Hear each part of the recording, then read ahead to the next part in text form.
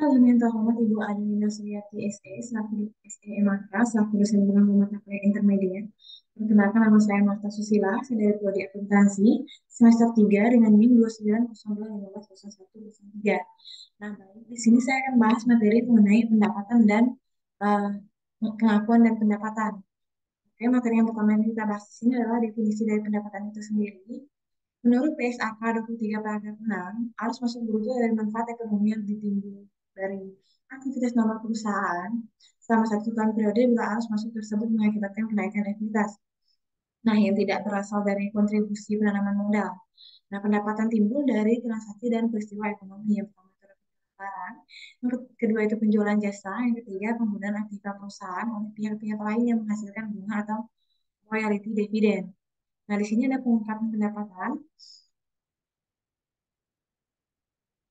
Pengungkapan pendapatan menurut PSAK nomor 34 dan 35, perusahaan harus mengungkapkan eh, sebagai berikut. Yang pertama itu kebijakan akuntansi yang dianut untuk pengakuan pendapatan termasuk metode yang dianut untuk menentukan tingkat penyelesaian transaksi penjualan jasa. Yang kedua, jumlah setiap kategori signifikan dari pendapatan yang diakui selama periode tersebut. Yang ketiga, jumlah pendapatan yang berasal dari pertukaran barang atau jasa yang dimasukkan dalam setiap kategori yang signifikan dari pendapatan. Yang keempat, pendapatan yang ditunda dalam pengakuannya. Lanjut, di sini ada pengukuran pendapatan menurut PSAK nomor 23 paragraf 8 diukur dengan nilai wajar imbalan yang diterima atau dapat diterima perusahaan dikurangi dengan jumlah diskon dagangan dan dapat volume yang diperbolehkan oleh perusahaan. Di sini ada pengakuan pendapatan. Pengakuan adalah pencatatan jumlah rupiah secara resmi ke dalam sistem akuntansi sehingga jumlah tersebut tercerminkan dengan statement keuangan. Nah, secara konseptual, pendapatan hanya diakui di dalam kalau memenuhi kualitas keterukuran atau measurability dan keterandalaan. Lanjut di sini ada pengakuan pendapatan. Pendapatan yang diakui pada saat yang pertama itu direalisasi, yang kedua itu diperoleh. Nah, empat transaksi pendapatan yang diakui adalah sebagai berikut. Yang pertama itu pendapatan yang berasal dari penjualan diakui pada tanggal terjadwal transaksi, biasanya diartikan sebagai tanggal penyerahan barang kepada pembeli. Kedua itu pendapatan yang berasal dari penjualan jasa diakui pada saat telah diselesaikan dan dapat ditagih ke pembeli. Yang ketiga pendapatan dari pemberian izin menggunakan aktiva perusahaan seperti bunga, sewa dan royalti diakui sejalan dengan berlalunya waktu atau pada saat aktiva tersebut digunakan. Yang keempat pendapat dari penjualan aktiva tetap diakui pada saat terjadinya penjualan. Di sini pengukuran pendapatan. Pendapatan diukur dalam suatu nilai tukar produk atau jasa, nilai tukar pemasukan ekuivalen kas atau nilai diskonto tunai dari uang yang diterima. Nah, jumlah rupiah yang dihitung adalah jumlah rupiah neto dibandingkan dengan jumlah rupiah potong. Dengan demikian, bahwa semua potongan penjualan, peraturan penjualan pengukuran harga jual lainnya diperlakukan sebagai pengurangan pendapatan atau rekening penilaian bukan disimpan pada pembiayaan. Lanjut di sini ada pembentukan dan realisasi pendapatan. Pembentukan pendapatan adalah suatu konsep yang menjelaskan proses terjadinya pendapatan. Jadi proses pendapatan dimulai dari kegiatan produksi, penjualan, dan pengumpulan piutang. Di sini ada pembentukan dan realisasi pendapatan. Realisasi pendapatan, pendapatan baru terbentuk setelah produk selesai dikerjakan dan terrealisasi melalui penjualan baik secara langsung maupun melalui kontrak penjualan. Realisasi pendapatan ditandai oleh yang pertama itu ada adanya kepastian perubahan produk menjadi bentuk aktiva lain melalui kegiatan penjualan yang sah. Kedua itu diperolehnya aktiva lain atau biasanya aktiva lancar sebagai pengesahan terhadap transaksi penjualan tersebut. Nah, di sini ada pengakuan pendapatan. Kita dari pengakuan pendapatan dan dua kriteria pengakuan pendapatan. Yang pertama itu telah terrealisasi, yaitu bila terjadi transaksi pertukaran antar barang yang dihasilkan perusahaan dengan kas atau klaim untuk menerima kas. Atau ada kepastian akan segera terrealisasi. Misalnya yang pertama itu memiliki harga per unit yang pasti, yang kedua mudah dijual. Nah, untuk pengakuan kriteria yang kedua itu pendapatan telah terbentuk, yaitu bila kegiatan menghasilkan barang dan jasa telah berjalan dengan secara substansial setelah selesai. Lanjut di sini ada pengakuan pendapatan saat yang kedua, yaitu saat pengakuan pendapatan. Pendapatan diakui selama kegiatan produksi, contohnya kontraktor dan mengerjakan proyek. Kontraktor yang mengerjakan proyek. Yang kedua, pendapatan diakui saat selesai, contohnya digunakan industri pertambangan atau pertanian yang berharga pasti. Yang ketiga, pengakuan pendapatan pada saat penjualan sesuai dengan definisi pendapatan. Yang keempat, pengakuan pendapatan pada saat kas diterima. Di sini ada transaksi pendapatan, kita bisa lihat sendiri. Oke, lanjut. Di sini ada pengakuan pendapatan transaksi penjualan produk. Pengakuan pendapatan pada saat penjualan produk atau penyerahan. Yang kedua itu pengakuan pendapatan sebelum penyerahan. Yang ketiga pengakuan pendapatan setelah penyerahan. Yang keempat pengakuan pendapatan untuk transaksi penjualan khusus. Di sini pengakuan pendapatan pada saat penjualan untuk penyerahan berlaku umum, namun yang harus diperhatikan pertama itu penjualan dengan perjanjian beli kembali risiko kepemilikan tetap dipenjual sesuai diparkir di perusahaan lain sehingga melanggar prinsip pengakuan pendapatan. Kedua, penjualan dengan hak retur biasanya terjadi tingkat retur yang tinggi sehingga terjadi penundaan pelaporan penjualan sampai hak retur habis sehingga muncul penjualan konsivasi dalam penjualan konsiasi pendapatan baru diakui setelah terjadi penjualan penyerahan barang dari konsesioner.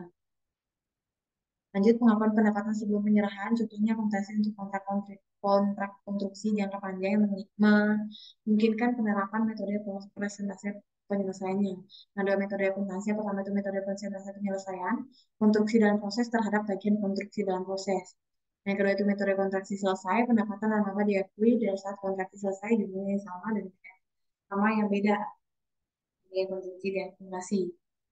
Lanjut, pengakuan pendapatan sebelum pengiriman harus menggunakan metode persafri jika estimasi kemajuan pekerjaan pendapatan dan kos secara layak dapat dipercaya dengan seluruh kondisi sebagai berikut yang ada. Yang pertama itu kontrak secara jelas menetapkan efek baik pembelian dan penjualan mendapatkan hak yang dapat tidak dipaksakan pemberlakuannya terkait dengan barang dan jasa yang akan diberikan diterima oleh pihak yang terlibat dalam kontrak imbalan yang akan dipertukarkan secara imbalan yang dipertukarkan serta cara ada secara penyelesaiannya. Yang kedua itu pembeli dapat diharapkan memenuhi keseluruhan kewajibannya. Yang ketiga, kontraktor dapat diharapkan melaksanakan pekerjaan sesuai dengan kontrak. Jadi perusahaan harus menggunakan metode atau kontrak selesai jika satu di antara kondisi berikut ini terpenuhi. Yang pertama itu perusahaan memiliki kontrak jangka pendek. Yang kedua, perusahaan tidak dapat memenuhi kondisi untuk menggunakan metode presentasi atau penyelesaian. Yang ketiga, ada bahwa yang letak dalam kontrak di luar kondisi normal yang menimbulkan resiko bisnis. Di sini ada presentasi of completion metode. Pengukuran kemampuan pekerjaan, ukuran yang paling populer adalah cost to cost atau basis dapat biaya terhadap biaya, yaitu biaya yang terjadi pada saat ini dibagi dengan estimasi paling akhir total biaya sama dengan persentase penyelesaian. Lanjut di sini ada persentase penyerapan biaya dapat digunakan untuk menaksir persentase pendapatan jangka panjang. Persentase penyelesaian dikali dengan estimasi total pendapatan sama dengan pendapatan atau laba kotor. Lanjut, melakukan pendapatan transaksi penjualan produk. Yang pertama itu penghitungan pendapatan pada saat penjualan atau penyerahan. Yang kedua, pengakuan pendapatan sebelum penyerahan. Yang ketiga, pengakuan pendapatan setelah penyerahan. Yang keempat, untuk transaksi penjualan khusus. Lanjut di sini ada pengukuran pendapatan sebelum pengiriman.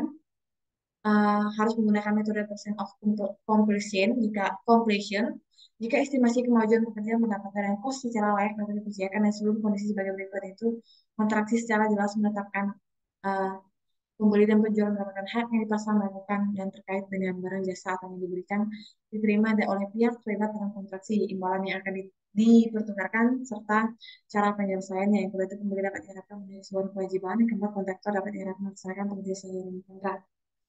Nah, perusahaan harus menggunakan metode kontrak selesai jika suatu perusahaan memiliki kondisi sebagai berikut terpenuhi. Yang pertama itu, perusahaan memiliki kontrak jangka pendek, yang kedua perusahaan tidak dapat memenuhi kondisi untuk menggunakan metode presentasi penyelesaian. Yang ketiga, ada bahaya yang melekat dalam kontrak di luar kondisi normal yang menimbulkan risiko bisnis. Di sini contoh soal, PT Global menandatangani kontrak yang dimulai pada bulan Juli 2004 untuk memenuhi jembatan dengan nilai kontrak sebesar 9 miliar. Pekerjaan ini diharapkan selesai pada 6 Oktober 2006. Dan dengan taksiran biaya 8 miliar pada akhir tahun 2005. Taksiran biaya penyelesaian naik menjadi 8 miliar 100 juta. Berikut ini data yang berkaitan dengan kontrak tersebut. Nah, biaya sampai dengan tahun 2004 itu ada 2 miliar, 2005 itu 5 miliar 832 juta, 2006 itu ada 8 juta, 8 miliar 100 juta. Nah, taksiran biaya penyelesaian sisa kontrak 2004 itu ada 6 miliar, 2005 itu ada 2 miliar 268 juta, pada tahun 2006 itu ada kosong. Nah, tagihan kontrak pada tahun 2004 itu ada 1 miliar 800 juta, 2005 itu ada 4 miliar 800 juta, dan 2006 itu ada 2 miliar 400 juta. Kas yang diterima pada tahun 2004 itu ada 1 miliar 500 juta, 2005 itu ada 3 miliar 500 juta, dan 2006 itu ada 4 miliar. Di sini ada contoh laporan ruginya. Nah, ini ada metode kontrak penyelesaian. Apa itu metode kontrak penyelesaian? Itu perusahaan pengakuan pendapatan dalam kontrak hanya pada saat penjualan, yaitu ketika kontrak selesai. Nah, dengan metode ini, perusahaan mengaku menyelesaikan pos kontrak jangka dalam proses, namun tidak perlu melakukan pengakuan periodik untuk pendapatan kos dan kontrak. Ada contohnya, di sini ada rugi kontrak panjang, dua metode, yaitu rugi periode perjalanan dalam kontrak yang membutuhkan persentase penyelesaian estimasi kenaikan kos dan periode sekarang untuk menyelesaikan laba kontrak periode sebelumnya. Kedua itu rugi dalam ada rugi pada proyek, yaitu pada kedua metode perusahaan harus mengakui rugi pada periode sekarang untuk seluruh rugi proyek. Di sini ada metode kontrak selesai. Perusahaan mengambil pendapatan laba kontrak hanya dapat dengan penjualan, itu ketika kontrak telah diselesaikan. Dengan metode ini, perusahaan mengakumulasikan pos kontrak yang dalam proses, namun tidak diperlukan melakukan pengakuan periodik untuk pendapatan pos dan laba kotor. Dari sini juga ada contohnya. Oke, mungkin sekian yang bisa saya sampaikan. Semoga ini bisa menambah wawasan dan pengetahuan kita. Saya ucapkan terima kasih.